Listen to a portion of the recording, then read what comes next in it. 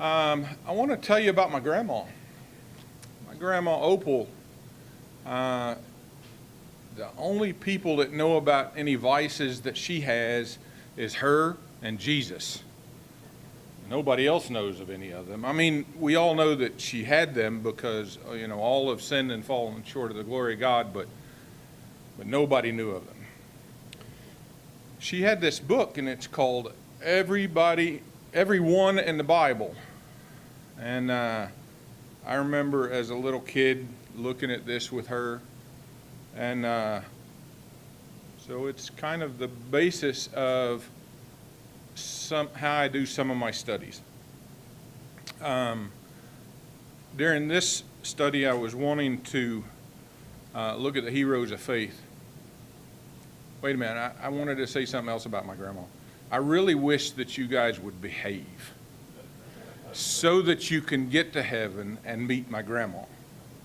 Now, I know that that we're going to be there so that we can be in the presence of God and of Jesus, and we'll just be in awe of him for eternity.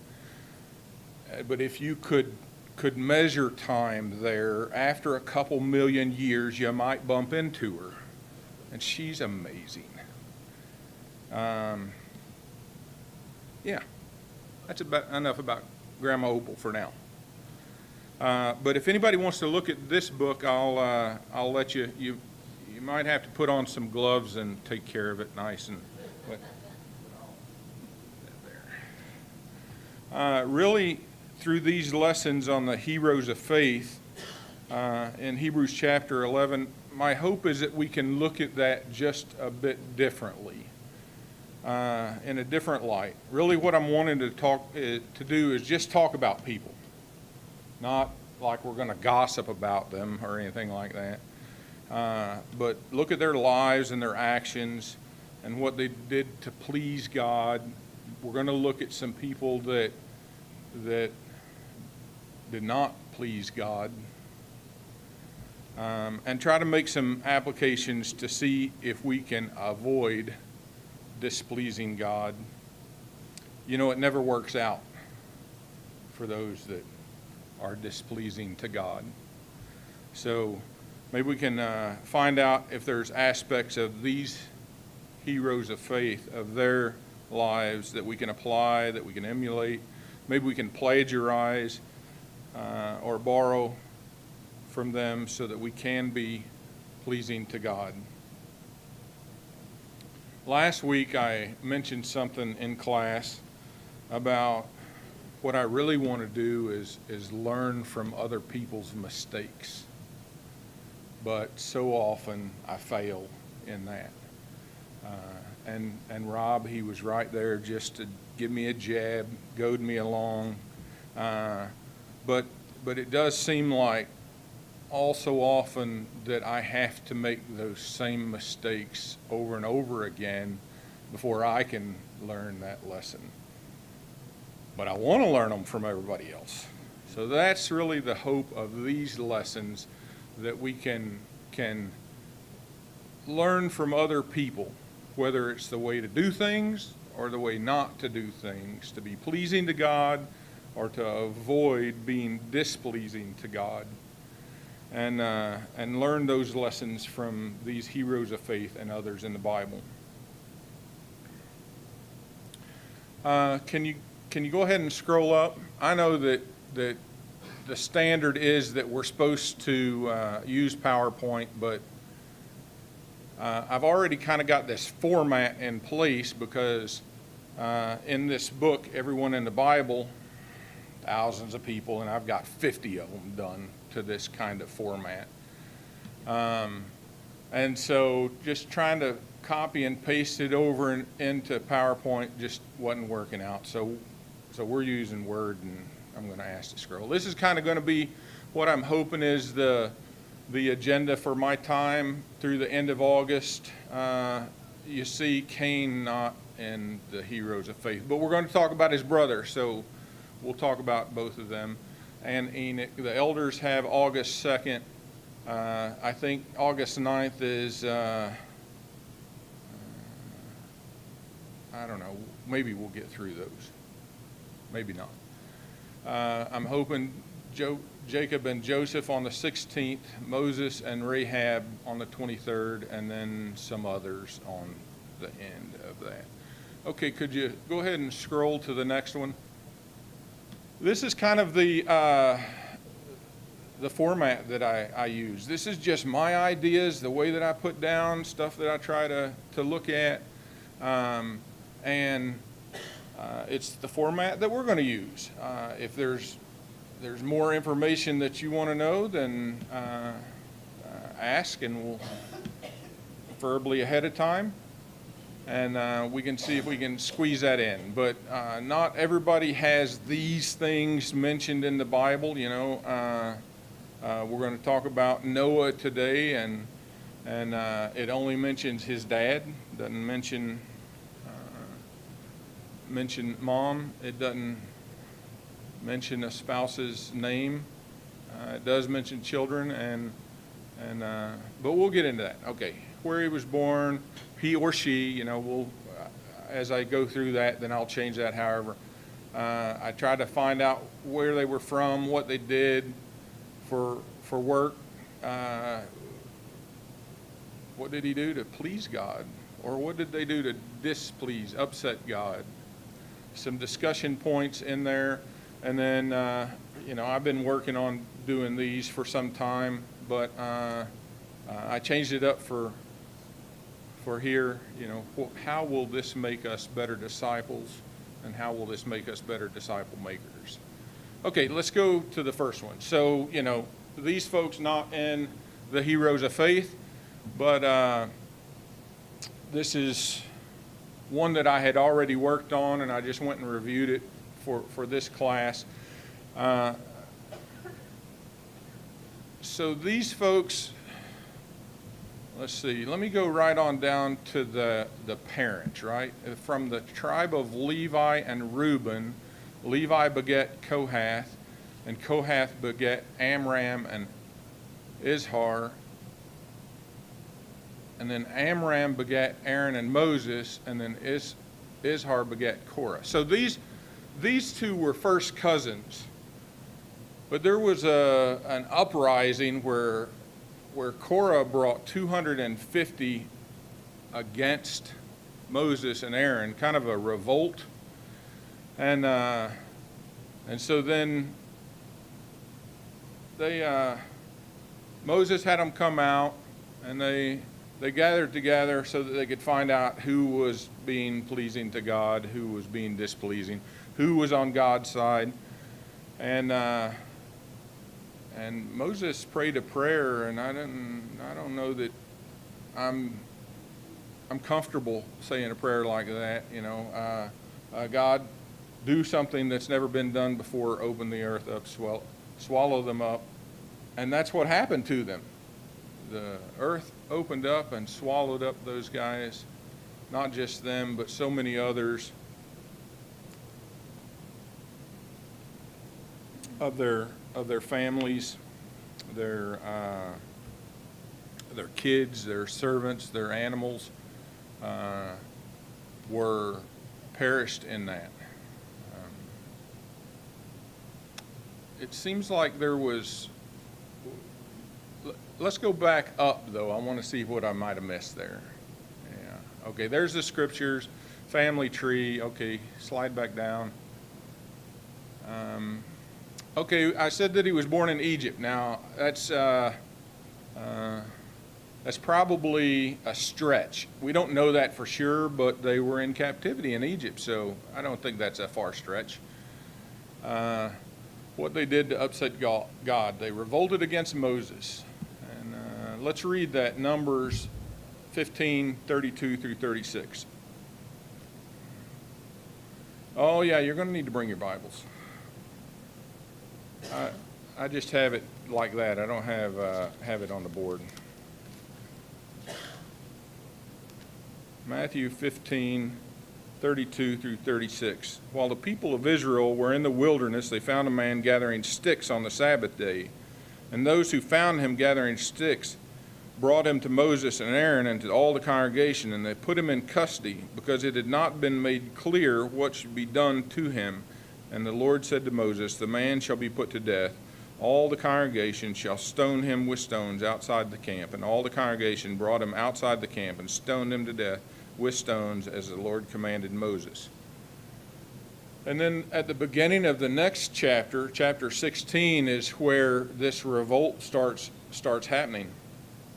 And I think, I don't know, but I think this situation with the guy that was gathering sticks on the Sabbath could have been what prompted this revolt.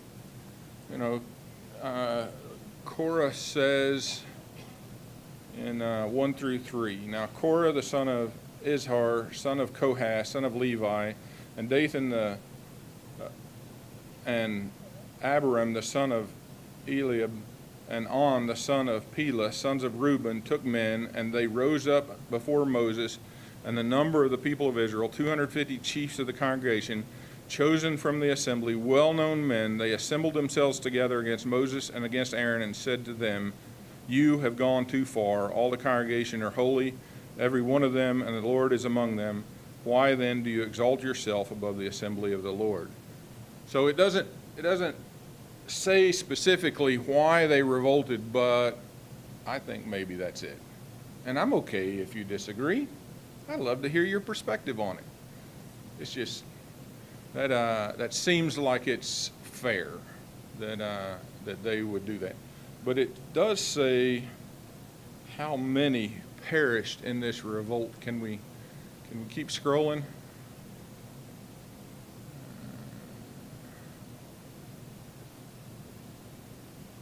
I don't know that I want to read that. Let me see that right there. So we won't do this today, but in Deuteronomy 11, verses 1 and 2, and then 8 through 15, there's many warnings about loving God and avoiding evil, about the anger of the Lord, and about the promised land. And so again, those are my thoughts. Discuss the comparisons of the promised land of Israel and heaven. I don't believe that we'll have time to get to that today. I'm just trying to show you the format that I use. So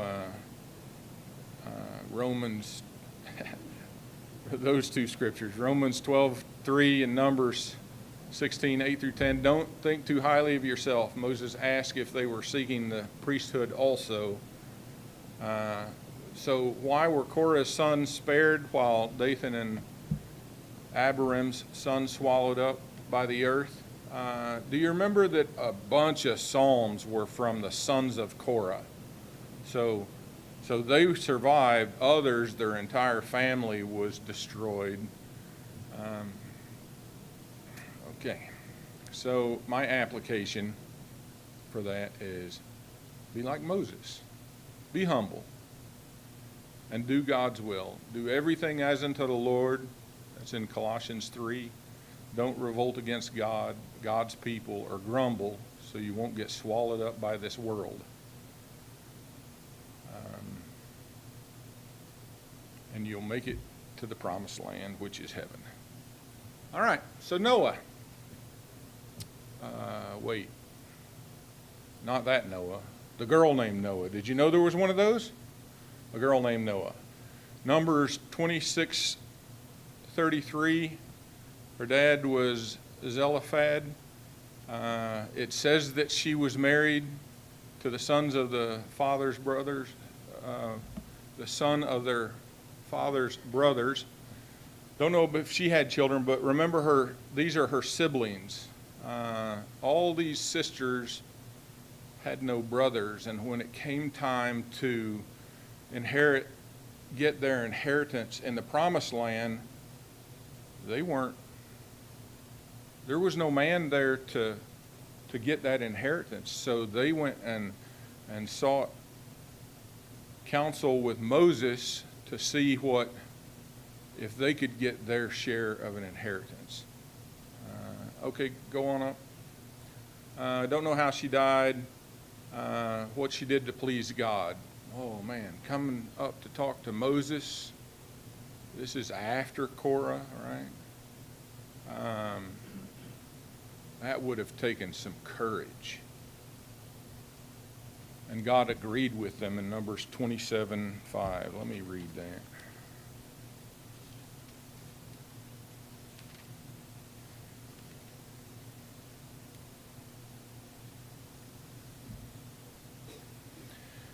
And Moses brought their case before the Lord, and the Lord said to Moses, the daughters of Zelophehad are right. You shall give them possession of an inheritance among their father's brothers, and transfer the inheritance of their fathers to them. And you shall speak to the people of Israel, saying, if a man dies and has no son, then you shall transfer his inheritance to his daughters. If he has no daughter, you shall give the inheritance to his brothers. And then it goes down to the end of the chapter. It says, and it shall be for the people of Israel a statute and a rule as the Lord commanded Moses. So how does this make us better disciples? She and her sister inquired of God through Moses for an inheritance in the promised land. So I think that we could reason that we should seek out our inheritance in heaven through Jesus. And how might this make us better disciple makers? This act, her going to Moses, her and her sisters going to Moses, took huge courage to go against traditions and stand up for what is right. Also, it's okay to be disciple makers with family and friends. Take a group. Take your sisters with you. And go after the lost. If we stand up for what's right and have courage like Noah and her sisters, an inheritance of the promised land, heaven, will be enjoyed by many. Many more. Yeah. This was after her time, right? No, probably wouldn't have been. Because this was told to Joshua as they were going into the promised land. Joshua 1:9, have I not commanded you, be strong and courageous, do not be frightened, and do not be dismayed, for the Lord your God is with you wherever you go. Any questions about that girl? All right. Noah, the one that's in Hebrews chapter 11. I realize now that I had a bunch of information I wanted to ask. We're going to talk about the heroes of faith, just to learn what we can from them. But let's go back. What is faith? Hebrews chapter 11, verses 1. Faith is the substance of things hoped for, the evidence of things not seen. I got to turn over there. Verse 6. Somebody got that? Want to read it?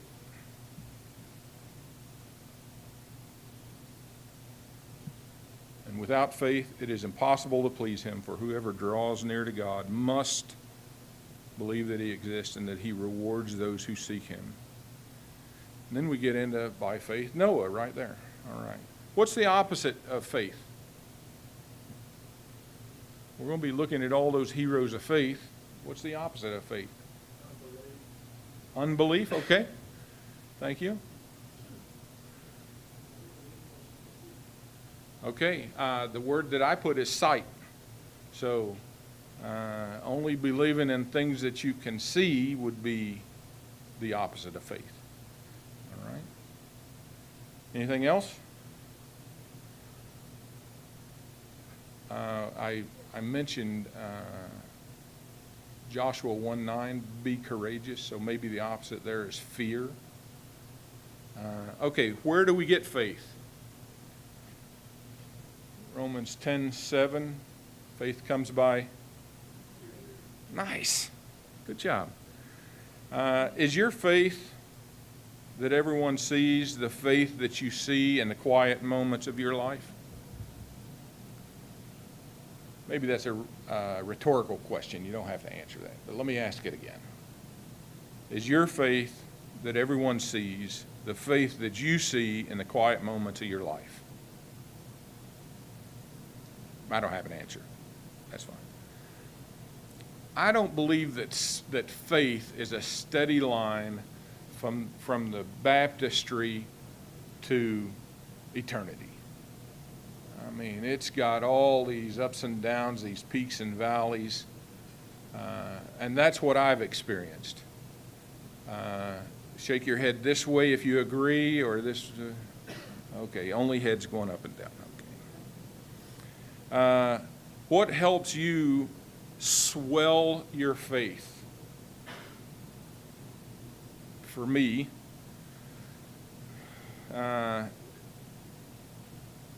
singing, nature. Anybody else? What helps you swell your faith? Prayer. Okay. Edna?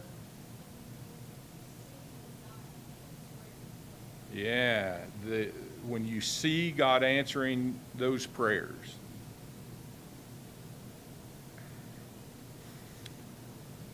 Luke 18:8, Jesus will be looking for faith. Matthew 14:31, O ye of little faith. Peter had been walking on the water. He took his eyes off of Jesus. O ye of little faith. Matthew 15:28, Jesus said to the Canaanite woman that she had great faith. John 4:46 through 54, Jesus heals the nobleman's son.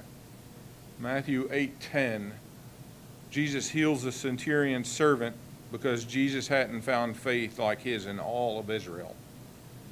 I recently saw a clip of the Chosen that had that clip, and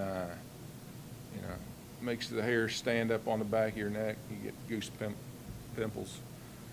It was a nice scene. I enjoy seeing things like that, like The Chosen, because it gives me a different perspective than I had never considered. That's why I want to encourage you guys to go see whatever's showing at the Sight and Sound Theater in Branson. They're all great. Ask me about it later if you don't know what I'm talking about. Matthew 17:20 talks about the faith of a mustard seed. I don't know why I wrote this down. It's good stuff. I'm going to tell you about it. Behold the Lamb of God who takes away the sins of the world. John the Baptist, John 1:29. John 20:30 through 31. Jesus did many other signs, but these are written so that you may believe that Jesus is the Son of God. James 2:17 and 2:26. Faith without works is dead. Ephesians 3:17. So that Christ may dwell in your hearts through faith. Jesus is seated at the right hand of God, making intercession for you. Romans 8:34. If Jesus is the center of your life, everything else falls into place. Do whatever you do for the glory of God. Colossians 3:17.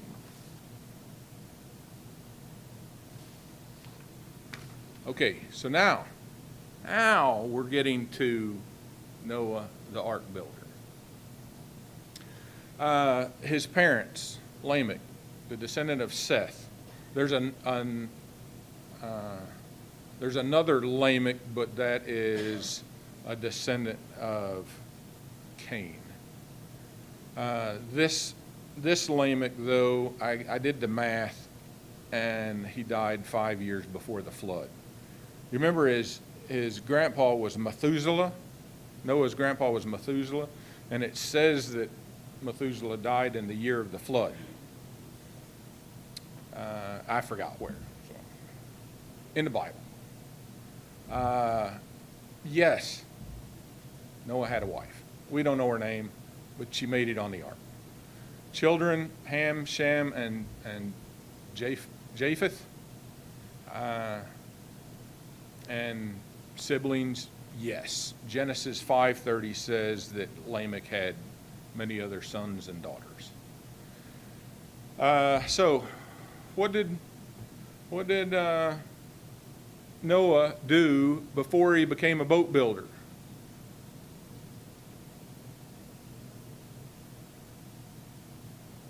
I mean, these are some things that I thought of for occupation, but that was through his whole life. Anybody have any idea what he did? I mean, he was 500 years old. He had to do something, right? Maybe he retired a couple times. Okay, here's another commercial.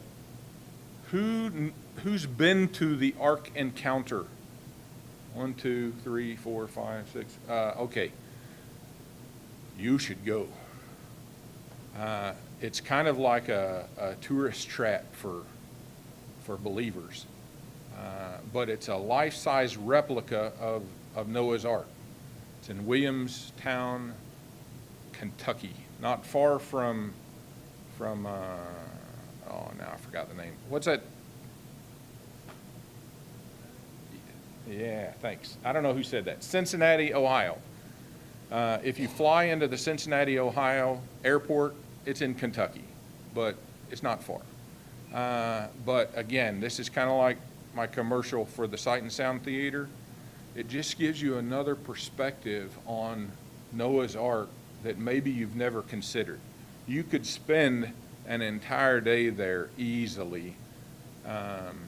Like for instance, I had never considered this, but they suggested that maybe instead of bringing full-size elephants on the ark, they brought juvenile elephants and everything else, right? They eat less, they give less, and they have longer for their reproductive life, right? Maybe they brought eggs. I don't know. I don't know that they said that, but maybe they brought eggs for whatever. Easier to care for, and then they would have that longer life cycle.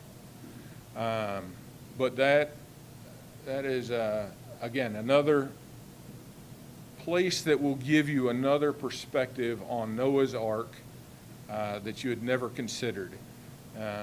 Some of it is probably true. Some of it is, it could be true, but I appreciate the other perspectives. Okay, so here's what I saw that was Noah's occupation. It says that he was a prophet. Some places say that he was a preacher of righteousness in Jude 14, depending on the version of the Bible that you're looking at. He was a boat builder or a carpenter. Either he used all of the gopher wood, or it became extinct in the flood, or it's just something that we have but we don't know what it's called and we call it something else. I have heard the idea that maybe it was a fast-growing tree, like some pines. So it took him 100 years to build it. He could have had like 3 different plantings and harvestings of this gopher wood if it was a fast-growing tree. Or I've also heard that it could have been like we know what plywood is, that it was directional this way and the next layer was the other way and then like this, so that you have multiple layers. I just read that maybe it meant that it was squared or hewn timbers, but we don't know what gopher wood is. It's all speculation. Any other ideas what you might have heard? All right. But nobody else that we know of built an ark. Did they have boats? I don't know. But he was maybe doing some OJT. He did everything that God commanded concerning how to build the ark. But did God give specific instructions about put a nail here, join it this way, put a dowel there. As I recall, it was build it this big, build it this long, this wide, this tall. It's in cubits. We don't know what that is. They say that a cubit is from the tip of your finger there to the tip of your elbow. Okay, demonstration time. Buster, can you help me? Now, so in feet, that could have been a little bit different, right? But I heard that it was also, the standard was Solomon's, from Solomon's tip of his finger to the tip of his elbow. I just heard that. I don't know. I can't prove that. Anybody else? No. All right.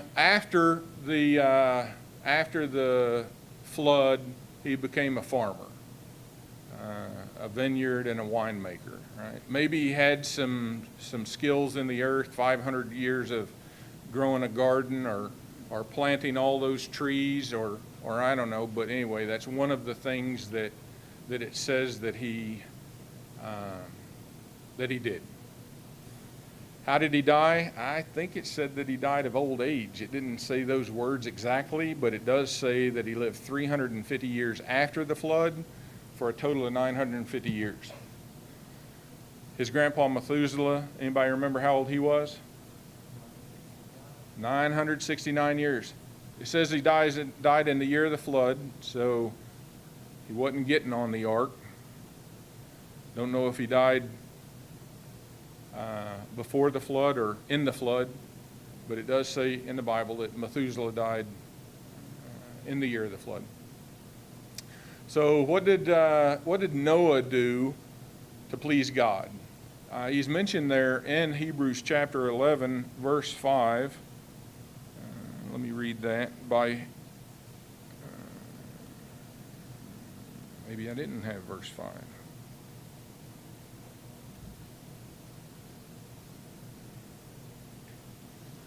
No, verse 7. Verse 7. By faith, Noah, being warned by God concerning events as yet unseen, in reverent fear, constructed an ark for the saving of the household. By this he condemned the world and became an heir of righteousness that comes by faith. In Genesis 6:9 and 7:5, it talks about him being blameless and that he walked with God. And in 2 Peter 2:5, it talks about him being a preacher of righteousness.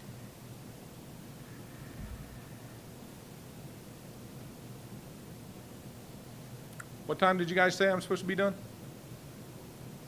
All right. We're wrapping up. So here's just the discussion stuff that I came up with, all right? I'm sure that we could have a lot more. Matthew 24:36 through 39. Let's read that.